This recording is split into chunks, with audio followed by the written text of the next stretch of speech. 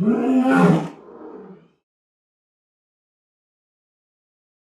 see you as a real confident guy. You'll take every last shot. You'll go out and you'll take 50 shots. What doubts do you have about yourself internally? It's not, I've never, doubt is such a strange thing. I mean, it's, you know, there'll be times where you succeed and there are times that you fail. So wasting your time doubting whether you're going to be successful or not is pointless. It is. I mean, you just put one foot in front of the other, you control what you can't control, and then you see what the outcome is, right? If you win, great, you're going to have to wake up the next day and do the journey over again. If you lose, it sucks, but you're going to have to wake up the next day and do the journey all over again anyway, right? So it's really pointless to sit here and debate or have doubt or this, that, and the other. You train as hard as you can, and you step out there and you let it flow. How much did the losses bother you? Well, they bother me, but then I was able to let them go. Big losses, championship losses, Pistons, 2004. Yeah, you let them go. And what I did is I learned from them. You've felt it before, haven't you? That quiet voice that asks, what if I fail? What if I'm not good enough? You look at what you're trying to build, and suddenly, everything feels heavy. That's doubt. It's always there, waiting for the moment you slow down. It doesn't scream, it whispers. And if you listen too long, it starts to feel real. You know that feeling, that hesitation that keeps you from starting, from posting, from pushing. That's what we're talking about today.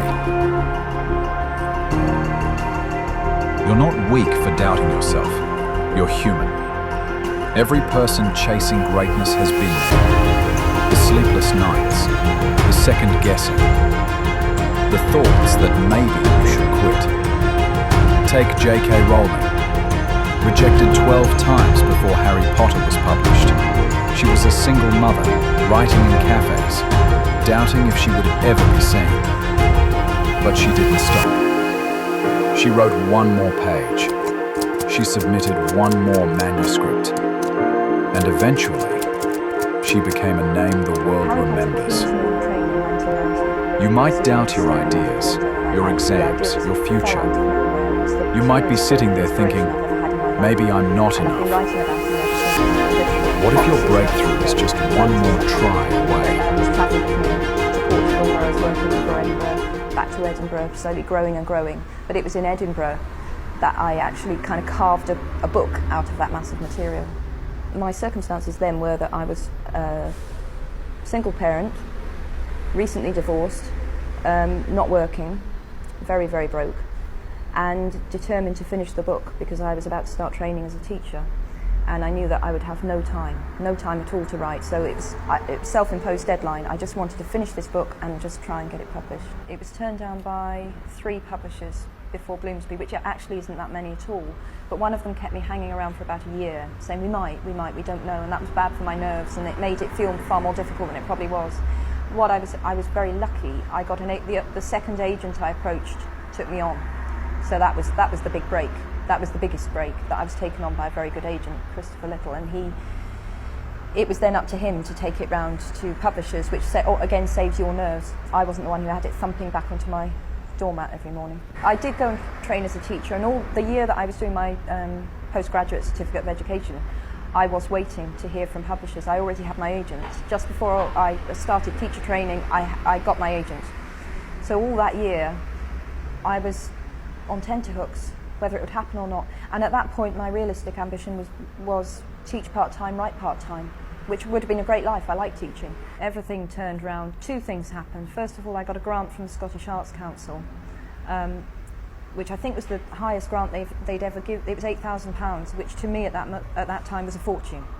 And that was purely so that I could afford to take only part-time teaching work, and I could afford to finish book 2. And then shortly after I got that grant, Harry Potter and the Philosopher's Stone was sold to America for an amount that was way outside my wildest dreams, and then that was it. I could afford to give up teaching completely. You might doubt your ideas, your exams, your future. You might be sitting there thinking, maybe I'm not enough. What if your breakthrough is just one more try away? Doubt hides behind waiting.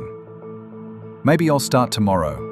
Maybe it's not the right time. But here's the truth. The right time rarely exists. Take Post Malone. He made White Iverson in his bedroom, doubting if anyone would even care. He pressed upload, unsure if the world was ready. That one upload changed everything. Your version of White Iverson might be sitting in your drafts right now, waiting. Doubt whispering, not yet. You're waiting for the perfect moment, but perfection is a lie. Action is what breaks doubt. And y'all's love and support since the beginning gave me the fucking drive and the motivation and the confidence and the courage to chase my fucking dreams. So I'm just so Doubt grows louder the closer you get to what you want. The closer you get to that promotion, that sale, that moment, the louder it whispers. Maybe this isn't for you. Howard Schultz, CEO of Starbucks, was rejected by investors over 200 times. He was told coffee couldn't be a business, but he kept going. Every rejection became fuel. Every no was a step toward a monumental yes. You might feel invisible now, like no one sees your grind, like your effort doesn't matter. But keep moving. One day, the world will notice, because doubt doesn't get the final word. No money to buy Starbucks. The purchase price was $3.8 million in 1987. And so the good news is the opportunity, bad news, no money. So I went to my existing investors to try and raise the $3.8 million. And Jerry said, if you can raise the money in 60, 90 days, it's yours. But at the same time, just to cover myself, I'm going to start talking to other people in case you can't raise the money. A week or two later, he calls me up and says, I got some bad news. I've got an all-cash offer. And it turned out that one of our investors had gone around me and tried to steal the opportunity. And I tell you, I was just heartbroken. I couldn't believe it. The guy who was intending to do this was a titan in Seattle at the time. He's here, and I'm down here. I would have no access to him. No one knew Bill Gates, but everyone knew Bill Gates Sr. I walk in the office, I tell him the whole story, and he says, I'm just going to ask you two straight up questions. Is everything you told me true? I said, Mr. Gates, 100% the truth. Have you left anything out? I said, no. And he says, we're going to take a walk. I don't know where we're going. We take a walk across the street, literally. We go up to the top floor, and then I realize we're walking into the other man's office. And Bill Gates stands over him, just like this, walks in and said, I'm going to walk out of this office, and you are going to stand down, and Howard Schultz and Starbucks Coffee are going to never hear from you again. Are we clear? I'm just like, holy. And the guy kind of wilts and says, I understand. We walk out. And I just said, Mr. Gates, what just happened? And he said, you're going to own Starbucks Coffee Company, and my son and I are going to help you. And they did. And we bought the company for $3.8 million. And then there's the grind that never sleeps. The one that doubt attacks most fiercely. Cristiano Ronaldo. Everyone doubted him. Too skinny, too emotional, too obsessed. But every extra rep, every sprint, every sacrifice was his answer to doubt. He didn't wait to feel confident. He didn't wait for approval. He acted while afraid, while unsure, while doubted. And that's what made him unstoppable. Every time you push yourself when no one's watching, you're building your answer to doubt. You don't have to be fearless. You just have to act while afraid.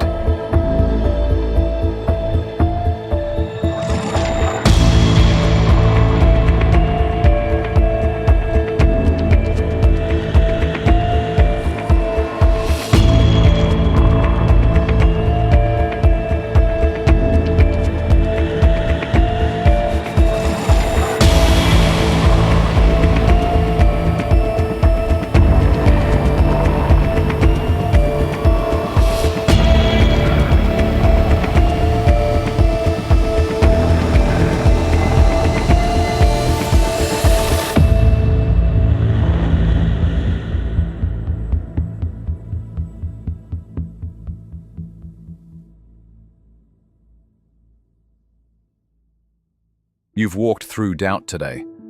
You've seen it in yourself, in your ideas, in your grind. And you know what? Doubt will never completely disappear. It's part of the journey, the silent companion of anyone who dares to reach higher. But here's the truth. Doubt only wins when you stop moving. Every step you take while afraid, every choice to act despite uncertainty, that's you reclaiming your power. That's you saying, I am more than my fear. I am more than my hesitation. You don't need to be fearless. You only need to move. One step, one representative, one upload, one extra hour. And one day, you'll look back and realize the voice that once haunted you was the very thing that made you strong.